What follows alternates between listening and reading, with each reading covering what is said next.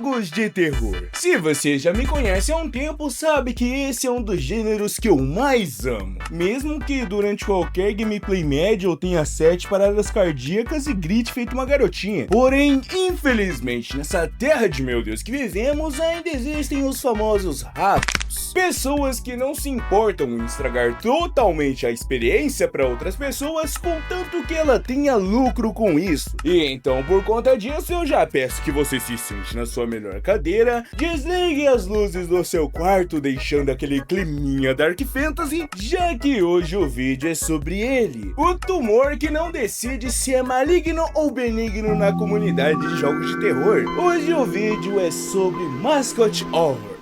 Então, se a enrolação já curte e hype para o vídeo chegar o mais longe possível, não se esqueça de se inscrever e...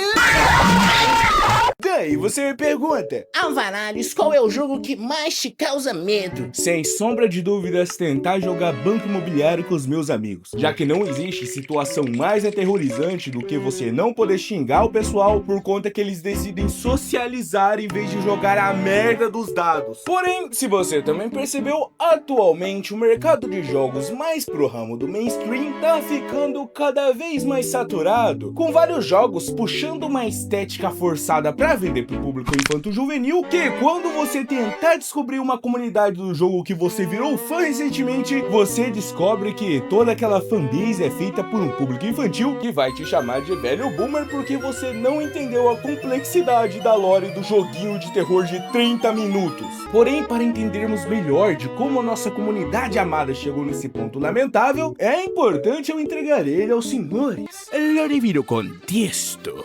Felizmente ou infelizmente, eu nasci e vivenciei bem na época onde o YouTube estava se formando, e um tema em específico carregou e carrega até hoje vários canais que são gigantes dentro dessa plataforma, sendo esse tema os jogos de terror, em específico os jogos que tinham mascotes, os Mascot Horrors, que pra quem não tá ligado o que é um jogo onde você vai fazer um looping de tarefas repetitivas, onde ele vai ter geralmente uma gameplay de ruim a medíocre, baseado em você ou coletar coisas ou arrumar equipamentos e no final tentar fugir da criatura de 7 metros que te persegue por um corredor fechado. Porém, essas gameplays extremamente medianas servem apenas de solo para o astro do jogo pisar nele, que sim são os mascotes da franquia, onde geralmente vários desses jogos apresentam na sua parte 1, capítulo 1 ou jogo número 1, um mascote em específico que vai se tornar a cara e a alma daquela franquia. E é engraçado que se você também acompanha jogos nesse estilo, você sabe que o primeiro da franquia tem uma história fechadinha, justamente porque ele só tem um personagem. Só que depois começam aquelas histórias de mas no passado aconteceu isso. Mas aquele personagem que tava lá nos fundos era importante. Justamente para poder ter mais margem para merchandising, que é bonequinho, camiseta. E uma coisa que eu sei é que no camelódromo da minha cidade até hoje tem Huggy Wuggy de várias cores diferentes. Esses dias eu vi um amarelo. E também o que me motivou a fazer esse vídeo foi por conta que quando eu era menor eu joguei Granny, que pra quem sabe foi um daqueles jogos que ficou muito famoso por conta de vários youtubers. E quando eu fui revisitar esse jogo, porque eu tenho uma coisa de revisitar jogos de terror que eu joguei quando eu era menor pra ver o quão ruim eles eram, eu descobri que agora Granny tem várias partes. O Grandpa, a Slendrina, só não tem o Slenderman ainda por questões de direitos autorais. Mas você acha que se eles não pudessem, eles não iam abocanhar essa ideia? Dito isso, porque o Slenderman não escapou de ter outro filme ruim esses anos. E sendo bem sincero, é bem paia quando você vê que o universo do seu jogo em específico só aumentou justamente por questões de marketing. É claro, todo mundo gosta de dinheiro, eu amo dinheiro, só que jogos como FNAF em si perderam toda a essência, guys. Quando eu jogava no início era só 5 personagens, depois adicionaram mais 1, mais 2. Hoje em dia é uma lista escrota de gigante o quanto de animatronic que tem. Além, é claro, dos headcanon que faz o Core ter que a cada ano postar um novo vídeo de 3 horas da história completa de FNAF. E querendo ou não, é um pouco ridículo como a franquia de FNAF se prendeu tanto a William Afton, já que eu não digo nada pra até no final desse ano sair um jogo onde descobriram os átomos Afton, que são átomos que fazem as pessoas ficarem psicopatas. Daí o William Afton voltando de algum novo jeito, tá ligado? Dessa maneira subatômica. E justamente por conta de todo esse hype que que teve em cima do subgênero de mascote horrors, que várias ideias que esses jogos apresentaram acabaram se tornando normais hoje em dia. Um dos bons exemplos é os capítulos, que se você é que nem eu, capítulos é um bagulho que te irrita pra caramba, já que é basicamente o jogo incompleto, os caras lançam cobrando preço de jogo cheio, pra no final falar, oh, esse é só o capítulo 5, cara,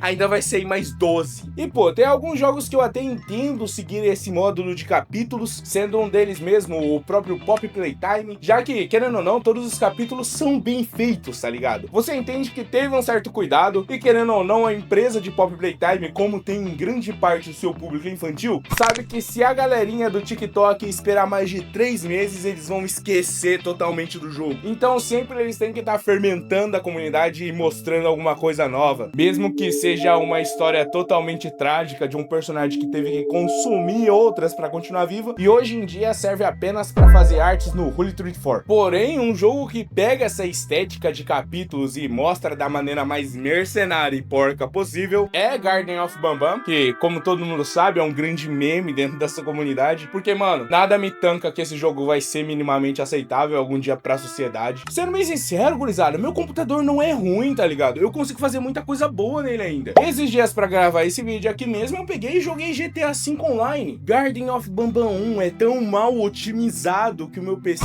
sofreu. É um jogo que, obviamente, só tem vários capítulos pra você poder comprar o máximo possível. As fases são feitas propositalmente longas e grandes demais pro seu personagem, unicamente pra bater as 2 horas da Steam você não poder pedir o reembolso. E em si é um jogo porco, feito de uma maneira cagada, que os caras tentam colocar conceitos básicos de física, que todo mundo aprende com 2 semanas de Blender, pra poder falar, não, guys, isso daqui, ó, evoluímos muito. Colocamos os gráficos de vidro do RTX, que todo jogo tem atualmente. E uma coisa que é engraçada é que muitos jogos nesse estilo de mascot horrors parece que é um bando de assets, tá ligado? Basicamente é o 171 dos jogos de terror, já que até coisas como a história ser fragmentada em vários bilhetinhos totalmente expositivos é algo comum nesses jogos. Não tem um jogo desse gênero que você não vai estar andando pela fábrica misteriosa. Em algum momento você vai se deparar com um bilhete tão secreto que só falta ele estar brilhando em neon vermelho. Que sempre o conteúdo do bilhete é: senhoras e senhores, hoje é a inauguração da nossa nova fábrica, que foi construída em cima de um antigo cemitério indígena, onde nós fabricamos os nossos incríveis bonecos de pelúcias que vêm acoplados com navalhas de barbear. Fiquem calmos que os nossos cientistas garantem, os nossos produtos são de segurança e qualidade. Tragam seus filhos para conhecer a fábrica. E depois de todo esse showzinho, tu toma ainda uma espécie de jump scare a cada 7 minutos de game para ele continuar interessante. Além, é claro, dos visuais que à primeira vista são bem infantilizados e extremamente vibrantes e coloridos, que do nada se transformam numa espécie de criatura gigante de 3 metros, totalmente deformada, onde ela tem vários dentes e manchas vermelhas por todo o corpo, tentando desesperadamente parecer mais assustador do que realmente é. E tocando mais nesse assunto de visuais infantis, incrivelmente, adivinha que público ele atrai? Já que tal qual moscas se atraem pelo aroma de bosta, a molecada acaba sendo atraída do mesmo jeito por jogos como Pop Playtime, Garden of Banban ou até Dance World no Roblox. Não falando que esses jogos são ruins em si, tá ligado? Mas sim que são um prato cheio pra saturar cada vez mais esse mercado. Uma coisa que eu agradeço demais a esse universo é ele não ter deixado o estilo da Puppet Combo saturar. E pra você que não conhece, a Puppet Combo é uma empresa barra estúdio que faz jogos nesse estilo, que são jogos nessa estética aqui de PS1 que deixam tudo um pouco mais aterrorizante do que normalmente é, justamente por conta que as limitações do PS1 deixavam alguns visuais mais assustadores, justamente pelas falhas que continham nela. Então facilmente você se deparava com jogos como a série de Fears to Phantom, que servem mais como um modelo de história do que jogo em si, onde você vai ter umas interações com o ambiente, porém nada que você faz muito durante sua gameplay altera o final da história. No caso, só serve mais para você se sentir ambientalizado naquele local onde se passa a história do jogo, seja fazendo algumas tarefas do dia a dia de trabalho ou simplesmente ficando sozinho em casa. E justamente a questão do terror cotidiano pega muito mais do que um terror megalomaníaco, já que para mim eu sinto um real desconforto quando eu tô esperando um ônibus numa rua mal iluminada à noite, do que eu me ver num mega complexo de fábricas assustadoras e aterrorizantes. E sendo bem sincero com vocês, gurizada, o problema em geral da questão do Puppet Horror não é no fato de ter um público mais infantil na fandom, mas sim a questão de terem vários ratos dentro da nossa sociedade, que são aquela galera que vai perceber que tal modelo de jogo dá um sucesso da porra, fazendo com que um cenário inteiro de um gênero de jogos se torne o bagulho mais repetitivo e cansado possível. Mano, Garden of Banban tá indo pra sua 90ª parte, teve até trailer agora. E é claro que esse foi um dos grandes motivos pra esse vídeo aqui sair, já que eu sou da época das ideias originais, onde sempre você via um conceito diferente pra uma história sair, não sempre o mesmo mimimi de colete vários itens, você tá numa fábrica abandonada, sobreviva ao monstro por tantos dias e fuja dali. Ou também todo jogo no final tem um gancho pra uma história que vai sempre continuar. A questão em geral é que é muito horrível quando os jogos seguem a mesma linha de FNAF, que é uma criação original com uma história muito boa, só que se perde muito no fato de não conseguir se desprender a uma ideia central e acabar fazendo com que toda a sua história e lore incrível seja subjugada por um único personagem, ou simplesmente você não ter coragem de finalizar a história e fechar o livro por conta que se você encerrar o seu universo, você não se garante o suficiente para criar uma história tão boa que crie um novo. Novamente eu reforço, se você tá cansado de jogos, obras, filmes, séries, do mesmo estilo em geral, tente dar uma chance mais pros indies em si. Um exemplo que eu dei foi no vídeo passado de Dragon Ball, onde eu falo pra galera, se tá cansado do original, tenta o Gakumei, tá ligado? Histórias originais sempre tomam esse mesmo rumo. Só que o problema é quando ela fica famosa o suficiente ao ponto de virar um novo ganha-ganha. Dito isso por todos os jogos da série Meia-Noite que tem no Roblox, que são jogos que tentam roubar o estilo da Puppet Combo com toda a força do mundo, só que daí você vai ver, pra você ter um jumpscare diferente, você tem que pagar dinheiro pra aquilo. Também um outro ponto triste é quando a galera percebe que boa parte do público é infantil e eu não sei por que os caras tentam depravar os bagulho o máximo possível. Por exemplo, o tanto de coisa bizarra que fizeram com as personagens de Pop Playtime, onde os manos do Goonin conseguiu. Perverteram a professora Adelaide. Lily Love Braids que eu diga, gurizão. E uma dica que eu dou pra galera que também curte o mesmo gênero é que se você quiser um bagulho diferente mesmo, vai pra It